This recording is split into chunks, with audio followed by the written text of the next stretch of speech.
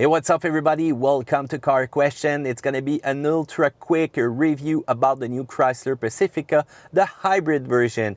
You have to know that this is the most technologically advanced minivan ever, which is going to deliver the first electrified drive system in the segment.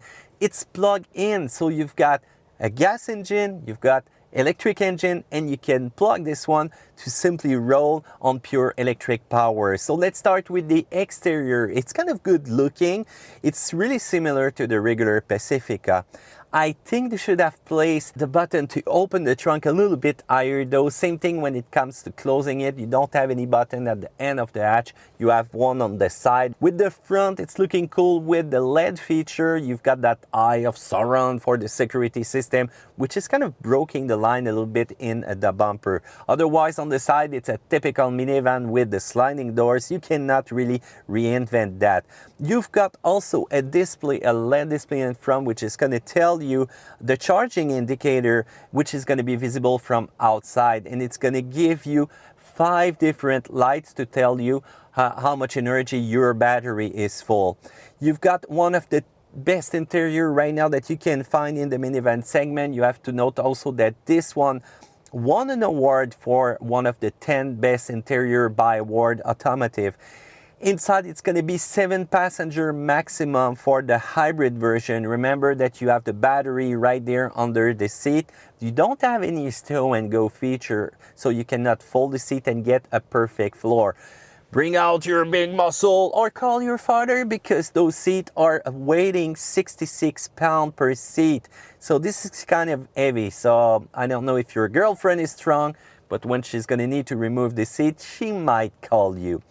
You've got a nice build quality. You've got a lot of space inside. And how about that multimedia system? You've got a Uconnect 8.4 inches screen with nice menu, easy to access. You've got even some hybrid application, but it's going to give you information about the energy display, the history of driving, and the schedule. And you've got also the perfect information how much time it will need to recharge, let's say at 120 or 240. And this is so perfect to get that information right there. You've got also some unique gauges with the hybrid version, which is going to tell you how much power you're using or the regenerative braking force.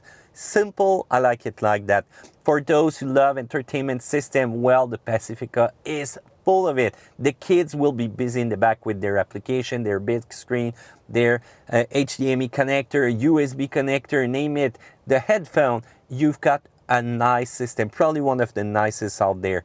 13 speakers, Alpine's 506 watt amplifier power. When it comes to engine, you've got a special version of the 3.6 Pentastar who's going to be able to give 220 horsepower and 235 pound-feet of torque. They added also 2 electrical motors. One is going to be 114 horsepower with 231 pound-feet of torque, and the other one a little bit smaller at 84 horsepower and 9 pound-feet of torque.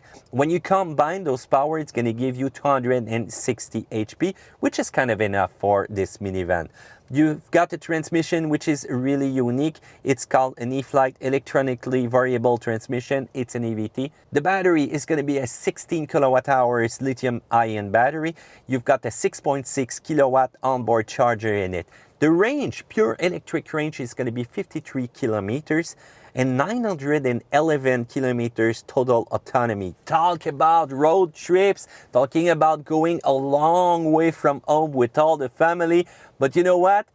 You have to stop at the restroom when you fuel the car, because the kids, I don't know if they're going to do the distance if they got some juice. So if you don't want to hear, is there a toilet nearby? Well, get ready, because 911 kilometers is a long way. But for those who do long roads, Quebec, Florida, or anywhere in the world, wow, that's a long range. 87 octane fuel that you would put inside this vehicle, 2.6 liter by 100 kilometer. And you've got 64.3 liters with the hybrid version total fuel that you can put in the tank. For the charging time, the cool thing about it is that you got it in the display right there. So if you use 110 and 120 volt, it's going to take you around 13 hours to get full charge. 2 hours only on a 240 volt.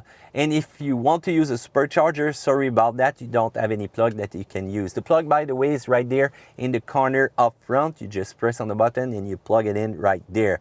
When it comes to road handling, you can feel a little bit that additional weight and the modification that they made to the suspension, 568 pounds. So this is kind of a big difference. Acceleration are going to be good though, because with the electrical engine, you've got instantaneous power. You've got maximum torque as soon as you step on it. You've got a good feeling also when it comes to braking. Regenerative braking is well adapted. You can use that rotary dial to put it into L and get more effect about it.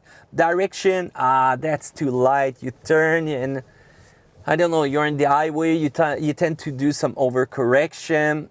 It might need a little bit of recalibration and to give a better sensation on the road. I know it's a minivan, but at least make it a little bit firmer though, to make less correction.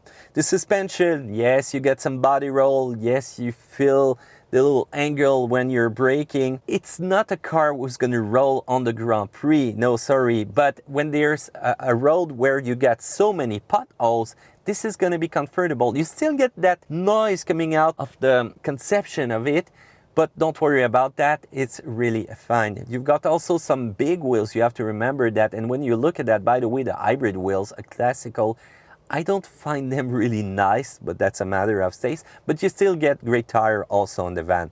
Security is important inside a minivan. You have to know that blind spot monitoring, rear crossback detection, advanced forward collision warning, active braking, 360-degree view camera, lane departure warning, lane keep assist, name it, you got everything, and you've got great crash test result with the protection of the occupants around here. When it comes to competition out there, whoa, there's not a lot of competition. This is really a unique hybrid plug-in minivan. There's nothing like it right now on the market. You might think about the Toyota Highlander, which come with a hybrid version. On the downside though, the all-wheel drive is not really that good when it comes to light off-roading in some mud or in some soil. It's going to help you move along the vehicle and get a better fuel economy, but hey, that's about it. The last row of seat, just like in any other SUV, is not that great. It's only for children. You cannot expect to get a comfortable place for adults, but on the plus side, you've got an awesome fuel economy with the Highlander, and it's going to be ultra reliable. So right now, Toyota is at the top when it comes to reliability. The Acura Mdx Hybrid is another vehicle which you should consider if you like sport utility or crossover. On the downside though, the last row of seat is useless.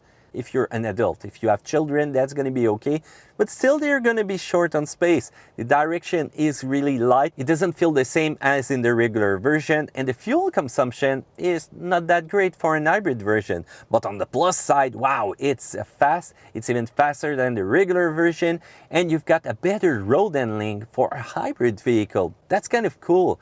It's also real luxury inside Acura style that you're going to find. Let's get back into minivan territory. We have a new Odyssey for 2018, which is going to change everything. But for 2017, it's one of the great minivan out there. Good road handling, feels comfortable, feels supportive, but you don't have any hybrid version. The Toyota Sienna is also a great contender. You've got that all-wheel drive power. This is another unique thing in the segment. But still no hybrid version. The Kia Sedona, this is probably the perfect choice for price and quality and standard equipment that you will get. It's accessible, but it feels more like a truck and not really a minivan. You don't feel that little performance side that the Odyssey have, or even the great road handling of the Pacifica. You've got the Dodge Grand Caravan, which is, it's completely different. It's less refined. I know it's the best price out there, so if price is an issue, go for this one. The brakes are not that great, the feeling is not that great, it will crack over time, but it's still one of the most affordable out there, so that's why they're keeping it in the lineup. The Nissan Quest is going to be bye-bye for this year. On the minus side, you don't get any button where you can select a full EV mode without having some help from the engine. You cannot fold the second row of seat, that's a big lag when it comes to me, and get ready to get strong arms over time if you remove them a lot. The transmission will sometimes feel a little bit jerky depending on your acceleration and depending on the switch between EV power and gas engine. And you've got that sound when you're accelerating in pure EV mode. That's cool. But when you combine it to the engine, it's less great. On the plus side, you've got great autonomy, pure electrical power for a minivan. The interior is spacious and comfortable. You've got tons of equipment that you can choose. You've got an awesome warranty on the battery. 10-year, 160K that you can transfer if you want. And you've got also a good price because here in Quebec City, with the rebate, with the incentive that you can get, it's around 45K that you can get this minivan. So in conclusion, this is really a unique minivan in a segment where family is important, where road trip is important, and where practicality needs to be there if you want to enjoy your vehicle, because it's for a big family. But hey, if your family likes to leave the less impact possible on the environment, this is going to be the minivan for you, and you will save some gas also with this one. So for maths grade, it's going to be an A. What do you think about that? Feel free to comment in the section down there below. Also, don't forget to subscribe to Car Question because we will have more video for you. And the thumbs up also, really important. Take care, see you another time on a longer video of Car Question.